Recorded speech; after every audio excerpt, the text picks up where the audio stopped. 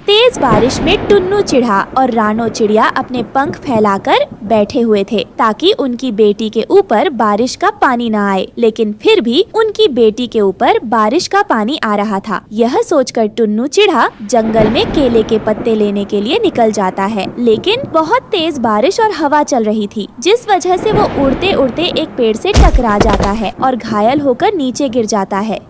ये कहानी हिमालय के जंगल में रहने वाले गरीब पक्षियों की है। तेज बारिश की वजह से रानो चिड़िया का वो परिवार बहुत डरा हुआ था। चिड़िया का वो परिवार लंबे समय से उस पेड़ पर रह रहा था। जब से उनके पास उनकी प्यारी सी बेटी आई थी, तभी से उन दोनों को तेज बारिश का डर सताने लगा था, परंतु बारिश ने आज उनको परेशान करके रख दिया था। गुड़िया के पापा, मेरी बेटी अभी बहुत छोटी है और अब तो बारिश का पानी हमारे घोंसले में भी आने लगा है। अगर ऐसे ही चलता रहा तो हमारी बेटी को ठंड लग जाएगी। अब तो इस पेड़ पर पत्ते भी बहुत कम रह गए हैं। हाँ रानो, मैं कब से सोच रहा था कि दूसरे पेड़ पर अपना एक पक्का लकड़ियों का घर बनाऊं, परंतु मैं ऐसा नहीं कर सका। अब जैसे ही बारिश रुकेगी, हम पहले अपने घर का ही बंदोबस्त करेंगे।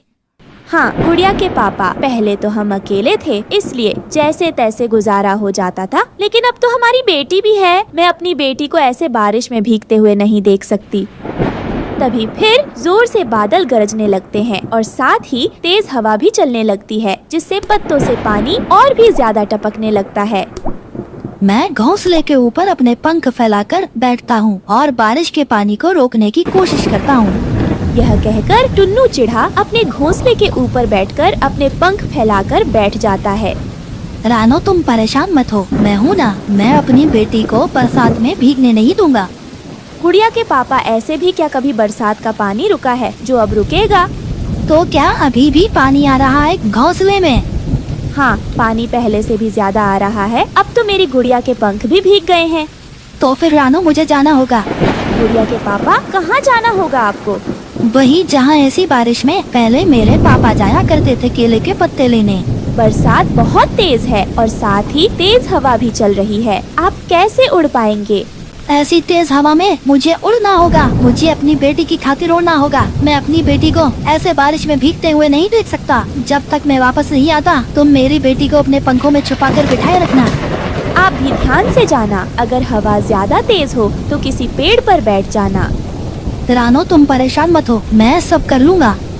यह कहकर टुन्नू चिढ़ा अपनी बेटी को बारिश के पानी से बचाने के लिए केले के पत्ते लेने चला जाता है। हवा इतनी तेज थी कि बारिश की बूंदें तेजी से टुन्नू चिढ़े के पंख से टकरा रही थी। जंगल में कोई भी दूसरा पक्षी न था। ऐसा लग रहा था जैसे वह जंगल वीरान हो, क्योंकि ऐसी बारिश की वजह से सब पक्षी डरकर अपने घोंसले में छिपे हुए थे। बारिश के सन्नाटे के शोर में ऐसा लग रहा था कि जैसे कोई मीठे संगीत गा रहा हो। टुन्नू चिढ़ा तेज हवा से लड़ते हुए आगे बढ़ रहा था, लेकिन तभी एक हवा ने उन्हें दूसरी दिशा में खींच लिया, जिससे वो एक पेड़ से टकराकर नीचे गिर गया। टुन्नू चिड़े के सर में एक पेड़ की डाल लगी थी, जिस वजह से उसके सर से खून निकल जाता है। उसी पेड़ पर बुलबुल का घोंसला था। वो टुन्नू को देखकर कहती है, ऐसी बारिश में आप कहाँ जा रहे हो? जबकि हम पक्षी जानते हैं कि हम ऐसी बारिश में उड़ नहीं सकते। मैं जानता हूँ कि बारिश में उड़ना खतरनाक हो सकता है, लेकिन मैं क्या करूँ? मेरे घोंसले में बारिश का पानी टपक रहा है और मेरी बेटी भी बहुत छोटी है, इसलिए मैं केले के पत्ते लेने जा रहा हूँ ताकि अपनी बेटी को बारिश के पानी से बचा सकूँ। आप ऐसा कर लेना, लेकिन थोड़ी हवा कम हो जाने दें। तब तक आप मेरे घोंसले में आकर बैठ जाओ। आकर देखो, यहाँ बहुत सुकून है और बारिश का पानी भी नहीं आ रहा है। बुलबुल, मुझे कैसे सुकून मिल सकता है जबकि मेरी बेटी बारिश के पानी में भीग रही है? मुझे उड़ना होगा, अपनी बेटी की खातिर मुझे उड़ना होगा। यह कहकर वो फिर से उड़ता है और वह किसी तरह उस केले के पेड़ के पास पहुंच जाता है, जिसे वह पहले से जानता था। मैंने पक्षियों से कितनी बार कहा है कि बारिश शुरू होने से पहले पहले अपने घर पक्के कर लिया करो। अब आप जरूर मेरे पत्ते लेने आए होंगे। हमारा घर इतना भी कमजोर नहीं था। आप देख रहे हैं कि बारिश कई दिनों से हो रही है और हमारा जिस पेड़ पर घोंसला था, उस पेड़ के पत्ते भी बहुत कम बचे हैं। मेरी बेटियां भी बहुत छोटी है। अच्छा ठीक है, मेरे 2 पत्ते ऊपर और 2 पत्ते नीचे इस तरह से जोड़ना कि सारे पत्ते साथ मिल जाएं, और दाएं बाएं भी लगा देना। इस तरह से आपकी बेटी के ऊपर बिल्कुल भी पानी नहीं आएगा। पेड़ भाई जी, आपका बहुत बहुत धन्यवाद। मैं कई बार अपने पापा को ऐसे पत्ते लगाते हुए देख चुका हूँ और हमें पता है कि हम पक्षियों को आपके पत्ते कैसे लगाने चाहिए। वो पेड़ बूढ़ा हो चुका था। उस पेड़ से जो पक्षी पत्ते लेने आते थे वो उनसे 2-4 बातें करके खुश हो जाता था। पेड़ जी, अब मैं आपके पत्ते लेकर जाऊँ? मेरी पत्नी बहुत परेशान हो रही होगी। जाओ और जैसे मैंने कहा वैसे ही लगाना मेरे पत्तों को। फिर टुन्नू चिड़ा केले के पत्ते लेकर घर की तरफ वापस आता है और वो बहुत तेज उड़ रहा था और वो बहुत खुश भी था। वो खुशी इस बात की थी कि अब वो अपनी बेटी को बारिश के पानी से बचा सकेगा। गुड़िया के पापा आ गए आप, और आपके सर पर ये चोट कैसे आई है? रानो, मैं सब बताता हूँ, पहले मुझे इन पत्तों को लगा लेने दो। फिर टुन्नू चिड़ा उन केले के पत्तों को वैसे ही लगाता है जैसे केले के पेड़ ने बताया था। मैंने ये काम अपने पिताजी से सीख रखा है। तुम भी देख लो गुड़िया की माँ, क्योंकि मैं हमेशा तुम्हारे साथ नहीं रहूँगा। ऐसे ना कहो गुड़िया के पापा, आपके बिना हम जी नहीं पाएंगे। आप हमें भोजन देते हैं, सुरक्षा देते हैं और सच पूछो तो आप हमें जिंदगी देते हैं। फिर वो सब छिपकर अपने घोंसले में बैठ जाते हैं। अब वो सब सुरक्षित थे और वो सब बारिश की आवाजें सुनते सुनते सो जाते हैं। फिर अगली सुबह हो जाती है। सूरज की रोशनी बहुत तेज थी और पक्षियों का शोर भी बहुत तेज था। ऐसे लग रहा था जैसे बारिश के रुक जाने पर पक्षी खुशी के गीत गा रहा हो। और तभी फिर टुन्नू की तबीयत खराब हो जाती है, लेकिन वो रानो चिड़िया कुछ नहीं बताता और ऐसे ही ठीक होने का दिखावा करने लगता है। एक दिन टुन्नू की तबीयत ज्यादा खराब हो जाती है और एक रात टुन्नू चिढ़ा सोता रह जाता है। अगली सुबह गुड़िया के पापा, उठो, सुबह हो गई, हमें गुड़िया के लिए दाना लेने जाना है। लेकिन टुन्नू चिढ़ा तो रानो की बात का कोई जवाब नहीं देता। क्या हुआ गुड़िया के पापा, आप सुन क्यों नहीं रहे मुझे? आंखें खोलिए जी। रानो चिड़िया के इतना कहने पर भी टुन्नू चिढ़ा आंखें नहीं खोलता और फिर रानो चिड़िया समझ जाती है कि टुन्नू चिढ़ा अब उसे छोड़कर हमेशा के लिए चला गया है। हे भगवान, क्या कमी रह गई थी मेरी प्रार्थना में, जो आपने मुझसे मेरा सब कुछ छीन लिया। अब मैं अकेली अपनी बेटी को कैसे पालूंगी? पापा, पापा उठो ना, मुझे भूख लगी है, मेरे लिए खाना लेकर आओ। गुड़िया, अब तेरे पापा कभी नहीं उठेंगे, वो भगवान के पास चले गए हैं।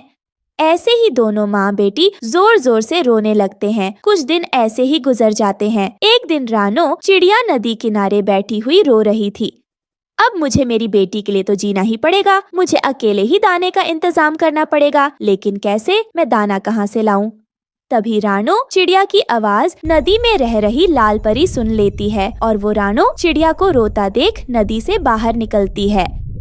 रानो मत रो, मुझे सब पता है तुम्हारी दुख भरी कहानी। तुम चिंता मत करो रानो, तुम एक ईमानदार चिड़िया हो। तो मैं तुम्हें एक जादुई चूड़ी का टोकरा देती हूँ। इन चूड़ियों को बेचकर तुम अपनी बेटी को पाल सकती हो। और हाँ रानो, ये जादुई चूड़ियों की टोकरी है। इस टोकरी से चूड़ी कभी भी खत्म नहीं होंगी। अगर तुम्हारे मन में लालच आ गया तो ये चूड़ी तुम्हारे पास से गायब हो जाएंगी। आपका बहुत बहुत शुक्रिया। लाल परी में कभी भी अपने मन में लालच नहीं लाऊंगी और गरीब पक्षियों की मदद भी किया करूंगी। मुझे तुमसे यही उम्मीद थी।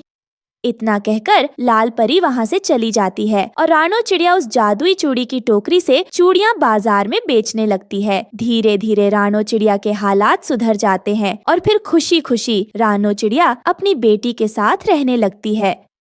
तो दोस्तों, यह थी आज की कहानी। और हाँ दोस्तों, इस कहानी से ये सीख मिलती है कि हमें मुसीबत में खुद को संभालना चाहिए ताकि हम आगे की जिंदगी अपने परिवार के साथ गुजार सकें। और हाँ दोस्तों, आज का सवाल यह है कि टुन्नू चिड़े की मौत कैसी हुई थी? अगर आपको पता है तो कमेंट बॉक्स में लिखकर जरूर बताएं। और अगर आप हमारे चैनल पर नए हो तो चैनल को कर दो सब्सक्राइब और हमारी वीडियो को लाइक कर दो। और हाँ दोस्तों, घंटी बजाना ना भूलना। मिलती हूँ मैं आपको अगली वीडियो में, तब तक के लिए धन्यवाद। जंगल में मई और जून का महीना चल रहा था। गर्मी बहुत ज्यादा हो रही थी। ऐसी गर्मी से पक्षियों का बुरा हाल था। एक दिन रानो चिड़िया पेड़ पर बैठी बंटी कबूतर से कहती है, कबूतर भैया, इस बार गर्मी कुछ ज्यादा ही पड़ रही है। ऐसा लगता है जैसे यह गर्मी हमें मार ही डालेगी। नदी का पानी भी गर्म हो गया है और गर्म पानी की वजह से नदी का पानी भी कम होता जा रहा है। ऐसे तो इस भयंकर गर्मी में हमें बहुत परेशानियों का सामना करना पड़ेगा। रानो चिड़िया, परेशान क्यों होती हो? बस आज रात की ही तो बात है, कल से गर्मी नहीं लगेगी हमें। आप ये क्या कह रहे हो कबूतर भैया? मेरी तो कुछ समझ में नहीं आ रहा है। कृपया आप मुझे साफ साफ समझाएं, आप कहना क्या चाहते हैं? रानो बहन, क्या आपको नहीं पता? जंगल के सारे पक्षी आज रात ही शिमला के जंगल में चले जाएंगे। क्या आपको कालू और गौरी ने कुछ नहीं बताया? शायद वो दोनों भूल गए होंगे। आज रात ही हमें शिमला के लिए निकलना होगा। सारे पक्षियों ने अपना अपना सामान भी बांध लिया होगा। मैं भी सामान बांधने ही जा रहा हूँ, आप भी अपनी तैयारी कर लीजिए। नहीं बंटी भैया, कालू कौवे और गौरी कौवी ने मुझे कुछ नहीं बताया इस बारे में। मैं अभी जाकर उन दोनों से पूछती हूँ। ये कहकर रानो चिड़िया कालू कौवे और गौरी कौवी के पास जाती है और उनसे कहती है, कालू, गौरी, आपने मुझे शिमला जाने की बात क्यों नहीं बताई? आपने तो अपना सामान भी बांध लिया है। रानो चिड़िया, हम बहुत दूर शिमला के जंगल जा रहे हैं, पास वाले जंगल नहीं। वहाँ जाने के लिए तुम्हारी औकात नहीं। और सारे पक्षी बम्बू कॉप्टर से जा रहे हैं और बम्बू कॉप्टर का किराया बहुत ज्यादा है। तुम्हें याद है चिड़िया, तुमने मुझसे 100 रुपए उधार लिए थे। कब देने का इरादा है फिर तुम्हारा? हाँ गौरी बहन, मुझे सब याद है। काम लगते ही सबसे पहले मैं आपको 100 रुपए दे दूंगी। लो, कर लो बात। देखो जरा, 100 रुपए वापस देने की औकात नहीं। और शिमला की सैर करने जाएगी, वहाँ जाने के लिए पूरे 1000 रुपए चाहिए। बम्बू कॉप्टर का किराया कहाँ से दोगी? इतने पैसे नहीं है तुम्हारे पास। यही सोचकर हमने तुम्हें नहीं बताया। चलो चलो, अब रास्ता छोड़ो। तुम्हारे चक्कर में कहीं बम्बू कॉप्टर न छूट जाए। भारी भरकम किराया दिया है हमने उसका। हाँ नहीं तो। रानो चिड़िया वापस अपने घर लौटती है और अपना सामान बांध लेती है। बम्बू कॉप्टर भी आ चुका था। सारे पक्षी बम्बू कॉप्टर में बैठ चुके थे। रानो चिड़िया अपनी बेटी के साथ एक किनारे पर बैठी थी। तभी बम्बू कॉप्टर का ड्राइवर उसके पास आता है और उससे कहता है, रानो चिड़िया, क्या तुम्हें भी शिमला के जंगल जाना है या नहीं? हाँ ड्राइवर जी, हमें भी शिमला के जंगल जाना है, पर हमारे पास बम्बू कॉप्टर का किराया नहीं है। आप इजाजत दें तो मैं और मेरी बेटी बम्बू कॉप्टर की छत पर बैठकर चले जाते हैं। अरे रानो चिड़िया, ये क्या बात हुई? जाओगी तो किराया तो तुम्हें देना ही पड़ेगा। ड्राइवर भाई जी, अगर यह चिड़िया फोकट में ही शिमला जाएगी तो हम भी फोकट में जाएंगे। हमारे किराए के पैसे वापस करने होंगे तुम्हें। हमारे पैसे मुफ्त के थोड़ी आ रहे हैं। रानो चिड़िया, किराया तो देना ही होगा, वरना मैं बम्बू कॉप्टर से तुम्हें नहीं ले जा सकता। ड्राइवर बम्बू कॉप्टर लेकर वहाँ से चला जाता है। वहीं गुड़िया चिड़िया तो रोने लगती है। गुड़िया बेटी, चुप हो जा। शिमला के जंगल तो हम जरूर जाएंगे। हम इस बम्बू कॉप्टर के पीछे पीछे चलेंगे। ठीक है बेटा, अब चुप हो जा। ऐसे बम्बू कॉप्टर आगे आगे और रानो चिड़िया अपनी बेटी के साथ उसके पीछे पीछे उड़ी जा रही थी। अचानक से एक जगह बम्बू कॉप्टर रुक जाता है। अरे क्या हुआ? ये बम्बू कॉप्टर क्यों रुक गया? पक्षियों, बम्बू कॉप्टर का इंजन खराब हो गया है और ये बम्बू कॉप्टर ठीक होने में कितना समय लगेगा पता नहीं। तब तक आप सब नीचे उतर जाएं। सारे पक्षी अपने अपने सामान लेकर नीचे उतर जाते हैं। तभी पीछे से रानो चिड़िया वहां पहुंच जाती है। कबूतर भैया, यह बम्बू कॉप्टर क्यों रुक गया? रानो बहन, बम्बू कॉप्टर का इंजन खराब हो गया है। कब ठीक होगा पता नहीं। अच्छा होता मैं भी शिमला के लिए आपके साथ ही निकल लेता, पर क्या करूं, मेरे पास बहुत ज्यादा सामान है। अच्छा, कोई बात नहीं कबूतर भैया, मैं अब चलती हूँ। रानो चिड़िया अपनी छोटी सी पोटली उठाती है और अपनी बेटी को लेकर आगे बढ़ जाती है। 2 दिनों के लंबे सफर के बाद रानो चिड़िया आखिर शिमला के जंगल में पहुंच ही जाती है। अरे वाह मम्मा, देखे यहाँ कितनी ठंडक है। चारों तरफ बर्फ ही बर्फ पड़ी है। हाँ गुड़िया बेटी, हमारे जंगल में तो जैसे आग बरस रही है, पर यहाँ तो बहुत ही ठंडक है। इसीलिए तो हम शिमला आए हैं। रानो चिड़िया और गुड़िया चिड़िया इधर उधर घूमकर शिमला के ठंडक का आनंद ले रही थी। तभी एक तोता उनके पास आता है और उनसे कहता है, चिड़िया बहन, क्या तुम मेरे सेब के बाग की रखवाली करोगी? मुझे कोई पक्षी काम के लिए नहीं मिल रहा है। मैं तुम्हें अच्छी तनख्वाह दूंगा। बर्फबारी शुरू हो गई है। 1-2 दिन में यह जंगल सैलानियों पक्षियों से भर जाएगा। आपको बस यह देखना है कोई पक्षी बाग के सेब को ना तोड़े। बोलो, क्या ख्याल है तुम्हारा? हाँ तोते भैया, मैं जरूर करूँगी। ये नौकरी ठीक है मेरे लिए। तोता भाई, आपका बहुत बहुत शुक्रिया जो आपने मुझे काम पर रखा। लेकिन तोते भैया, अगर रहने के लिए कोई घर होता तो मैं अपनी बच्ची को वहाँ छोड़ देती। अच्छा, तो ये बात है। तो फिर तुम आज के आज ही काम पर लग जाओ और अपने रहने के लिए मेरे बाग में ही बर्फ का घर बना सकती हो। वहाँ तुम्हें कोई चिंता की बात नहीं होगी। मम्मा, अच्छा हुआ जो ड्राइवर अंकल हमें लेकर बम्बू कॉप्टर से शिमला नहीं आए, वरना हम भी बीच रास्ते में ही सारे पक्षियों की तरह फंसे रहते। हाँ बेटा, तुम ठीक कहती हो। शिमला की बर्फबारी देखकर गुड़िया चिड़िया बहुत खुश थी। रानो चिड़िया भी सेब के बाग में नौकरी मिल जाने की वजह से बहुत खुश थी। उसने सेब के बाग में बर्फ से अपना एक सुंदर सा छोटा सा घर बनाया और अपनी बेटी के साथ पूरी गर्मी उस बर्फ के घर में खुशी खुशी गुजारने लगी। दोस्तों, आपको हमारी आज की कहानी कैसी लगी? हमारी कहानी को लाइक करें, कमेंट करके अपनी राय हमें दें। आपके कमेंट और लाइक हमारे हौसले को बढ़ाते हैं। अगर आप हमारे चैनल पर नए आए हैं तो हमारे चैनल को सब्सक्राइब करना ना भूलें। आपका धन्यवाद। आजकल जंगल में रोज बारिश हो रही थी। पक्षी उस बारिश की वजह से कठिनाइयों का सामना कर रहे थे। वहीं कालू का बेटा जग्गू रो रहा था। मम्मा, मुझे भूख लगी है, कुछ खाने को दो मम्मा। जग्गू, चुप करके सो जा। देख नहीं रहा है बाहर कितनी तेज बारिश हो रही है? हम भोजन लेने नहीं जा सकते। मम्मा, भूखे पेट नींद नहीं आ रही है। एक बार बोला ना, भोजन नहीं है, चुप करके सो जाओ। अरे गोरी, इसमें जग्गू का क्या कसूर? उसे इस तरह मत डांटो, बेचारा 3 दिनों से भूखा है। कालू जी, आप कैसे भी करके थोड़ा सा भोजन लेकर आए। गोरी, कल मैं गया था भोजन लेने, लेकिन हर तरफ बस पानी ही पानी है। जंगल में तो कहीं भी भोजन का नामो निशान तक नहीं है।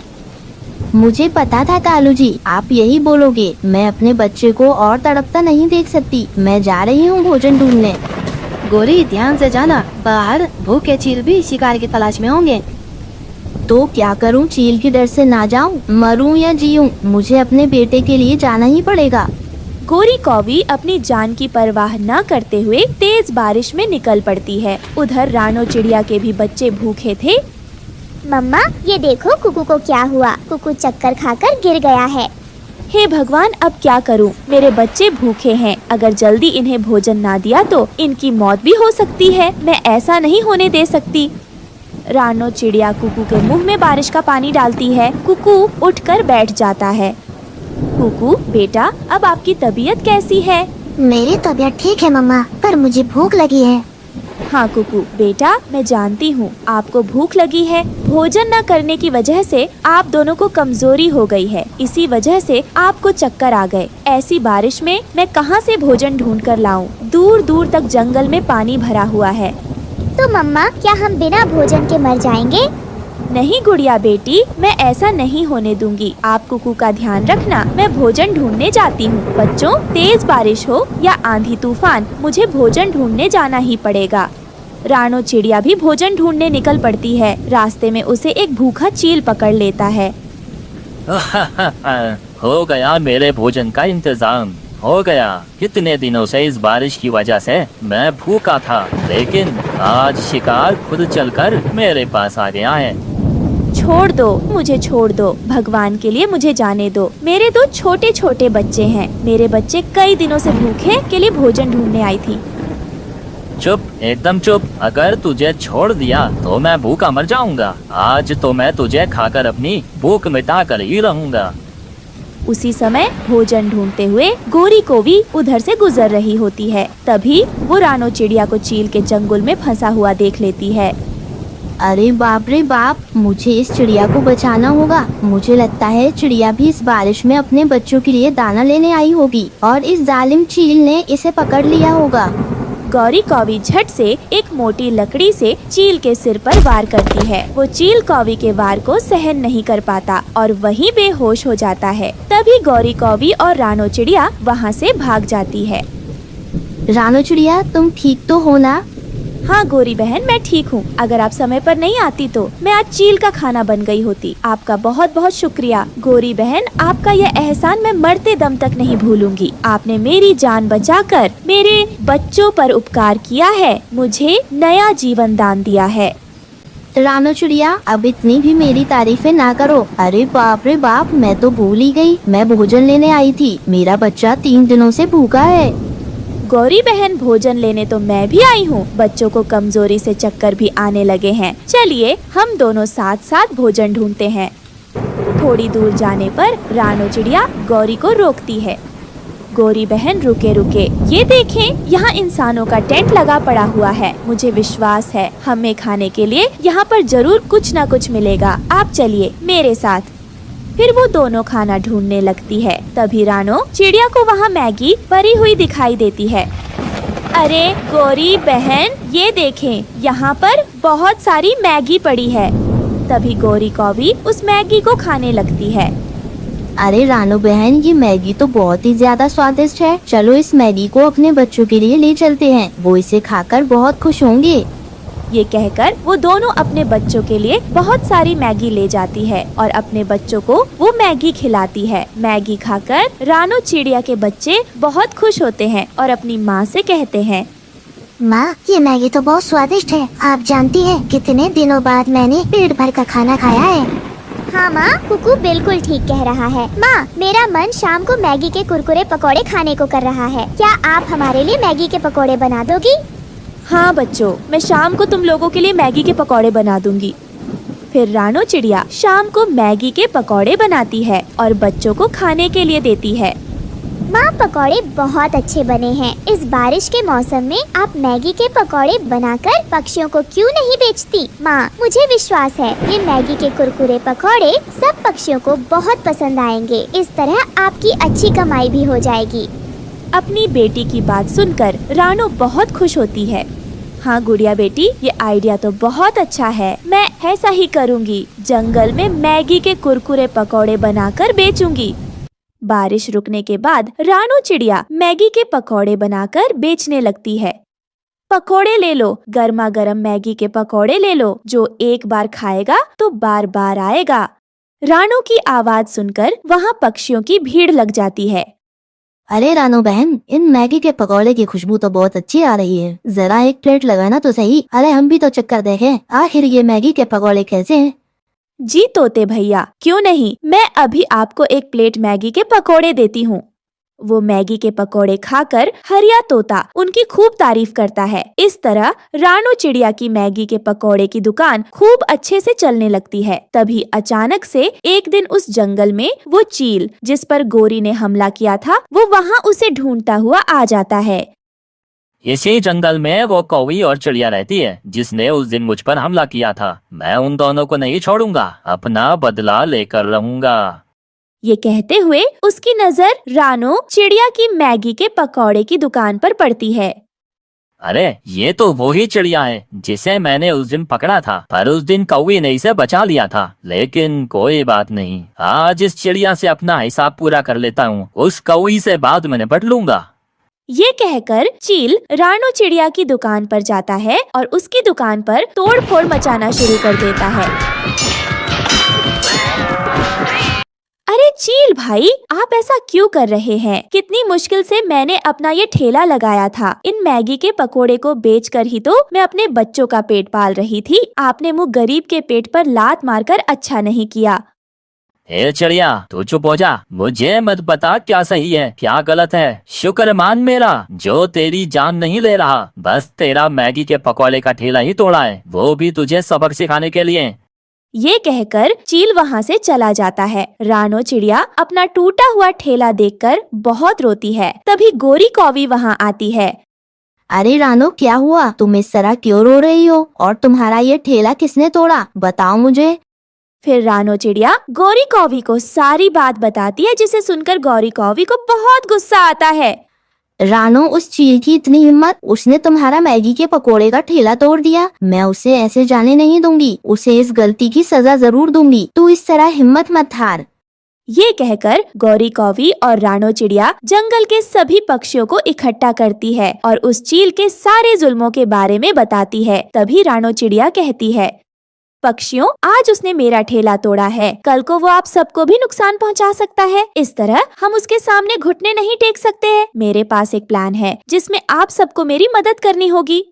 फिर रानो सब पक्षियों को अपना प्लान बताती है, जिसे सुनकर वो सब रानो का साथ देने के लिए तैयार हो जाते हैं। अगले दिन वो चील गौरी को ढूंढता हुआ फिर से उस जंगल में आता है। तभी वो चील गौरी को नदी पर पानी पीता हुआ देखता है। जैसे ही वो उस पर हमला करने के लिए आगे बढ़ता है, तभी वो रानो चिड़िया के बिछाए हुए जाल में फंस जाता है। बचाओ, कोई मुझे बचाओ, निकालो इस जाल से, निकालो मुझे, मैं तुम सबको छोड़ूंगा नहीं। चील भैया, अब भूल जाओ कि तुम कभी इस जाल से बाहर निकल पाओगे। ये तुम्हें तुम्हारे गलत कर्मों की सजा मिल रही है। इस तरह वो चील उस जाल में हमेशा के लिए कैद हो जाता है। वहीं रानो चिड़िया जंगल में मैगी के पकौड़े बेचकर अपने बच्चों के साथ खुशी खुशी रहने लगती है। दोस्तों, आपको हमारी आज की कहानी कैसी लगी? हमारी कहानी को लाइक करें, कमेंट करके अपनी राय हमें दें। आपके कमेंट और लाइक हमारे हौसले को बढ़ाते हैं। अगर आप हमारे चैनल पर नए आए हैं तो हमारे चैनल को सब्सक्राइब करना ना भूलें। आपका धन्यवाद।